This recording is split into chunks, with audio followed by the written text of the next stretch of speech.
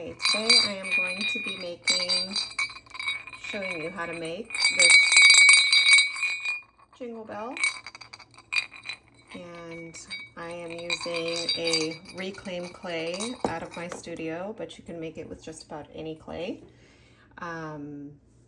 This is what the bells look like before they're glazed. This one is still wet. I just made it maybe an hour ago. And this is how I do it. So I roll out my clay. I use about 10 ounces of clay for a 3-inch bell. And you really just want to use some kind of form, either a ball, or I have a bell mold that I like to use because it just makes things a little bit faster. But you could definitely use a ball or some kind of other sphere. You just want to make sure that you have enough clay for what you're doing.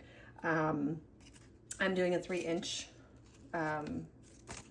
bell, and I have this 4 3/4 inch circle that I cut out, and I just cut it out of paper. And this is what I use to make it easier for myself so there's not extra clay. I don't really like to use this anymore. It's easier for me to use a cookie cutter. So I'm going to use this during this video.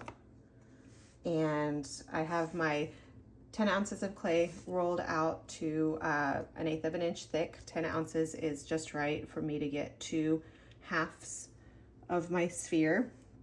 And you can either cut it directly, or you can use a piece of plastic to sort of help you get the clay out of your cutter. I like to do that so that it doesn't stick and I don't have a whole lot of cleanup. And then I use a board to push it down so that it's not so hard on my hand. And I always make sure that the corners are nice and cut. Pull that one up. So there's one. And then cut a second one here. Move that out of the way.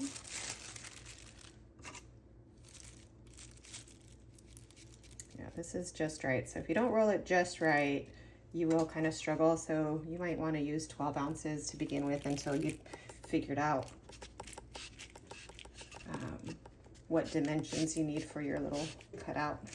Make sure the edges are in place. And if you use a piece of paper like this, you can just cut around it with a scalpel or a needle tool. That's what I've done in the past. But I do really like the simplicity of this cutter. So pull those off. The edges being clean doesn't really matter because we're gonna just mash it together anyway. For my clay, I just put a little bit of water on it so that I can use it later and set it aside. And I just put these, so this is the pretty side, this is the ugly side. It doesn't really matter, but I tend to flip it over just out of habit. My clay is really wet, so I'm not scoring it or anything. I don't think you need to do that for this project.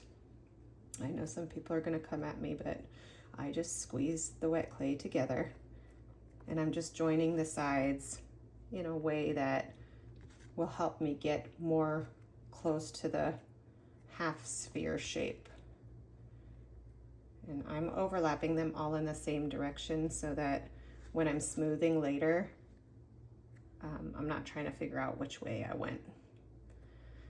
Okay, so when you cut your sphere to 4 3/4 circle, it will be longer than what you need, but that's going to help us get the right shape. So this is what it looks like right now.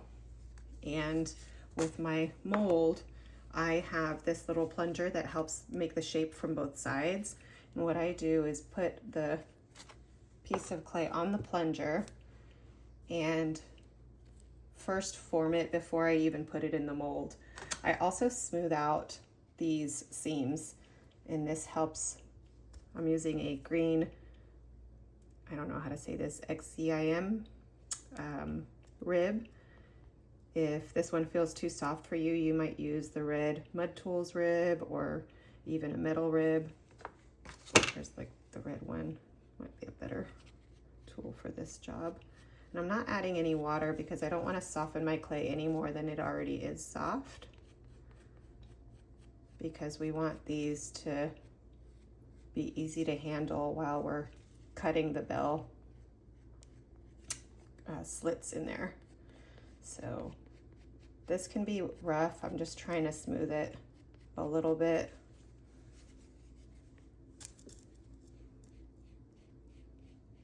To give it the right start of the shape. So, okay. So now I'm going to put it in my bell mold. I use this little sock that I have with cornstarch inside. I call it a dusty slug. And I tap some cornstarch on the outside so that it doesn't stick to my mold. I'll put a little bit on the mold too. And then put it inside the mold.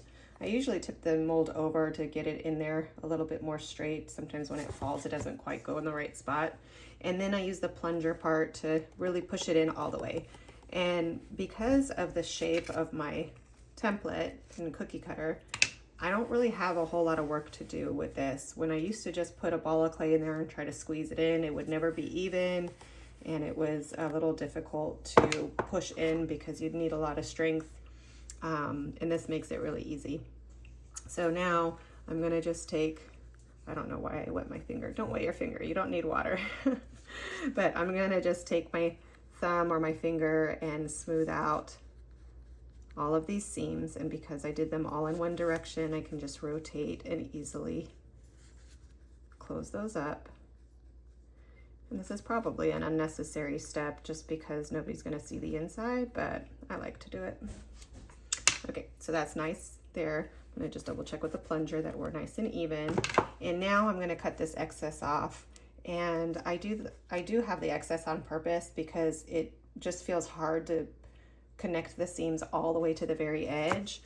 But on this step, you just cut. You can use any wire cutter. I happen to have this one.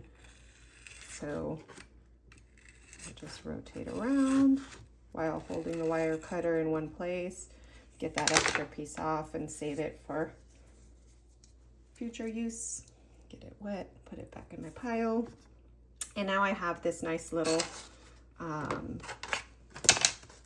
sphere, which is really easy to get out.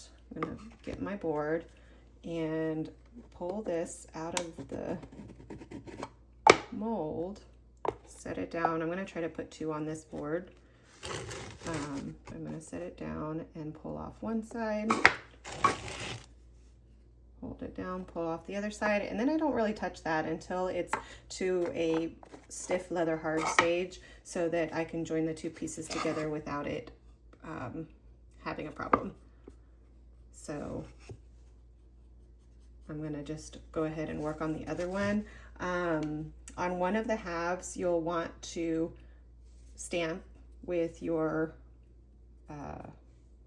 stamp if you have one, if you want to put one, if you have a maker's mark. And you can either do it close to the top or you can do it near the seam. Just don't do it right by the seam because we're going to be connecting the two pieces. I'm going to go right there. We're going to be connecting the two pieces and you don't want to run over your stamp with the joint. So, okay, so I'll put that there and I'm going to make the other one.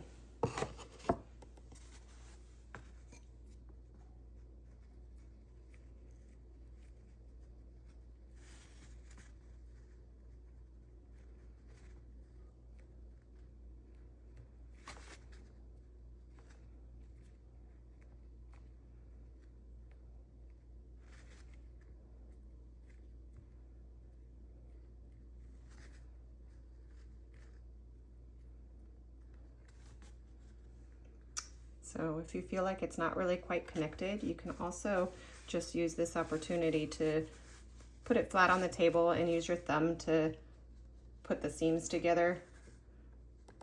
I used to do that and then I realized that maybe that was an unnecessary step, but if you feel better about your joints getting, or your little sections getting joined, then you know you might offer that little extra support. Okay, so we're gonna put it on the plunger. Get these nice and smoothed. just a little bit of water because the clay felt a little dry there. This is my reclaim, so, and I've re-wedged this a number of times for projects, so there's no telling if this is really a good consistency of clay. All right. So, got that done. It's mostly circular. That little piece didn't get very well joined, so I'm going to go back and spend a little extra time on that one. Okay, so now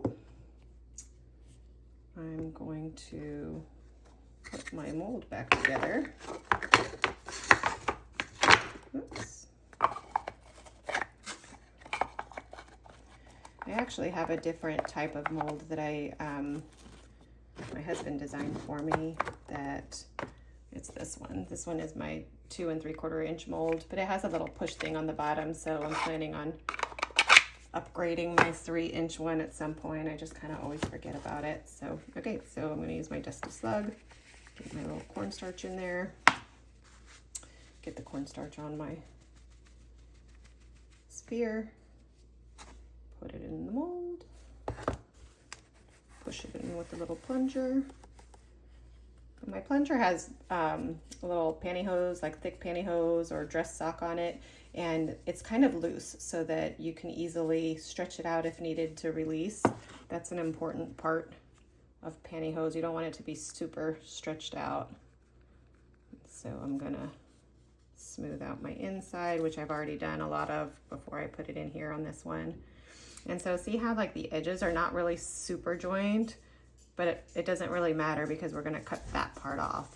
If your hemisphere was exactly the right size, you would have to spend a lot of time fiddling with that, and I don't wanna do that. So I've got better things to do with my time. All right, so there's that. I'm gonna just give it one more little plunge, make sure we're good. And then save my scraps. I always get them wet beforehand to help my future self wedge that clay up not so dry. And then I'm gonna pull this out, set it down, remove one side, remove the other side, and then I just wait for these two pieces to get leather hard, and I will do the assembly. And that'll be on a separate video.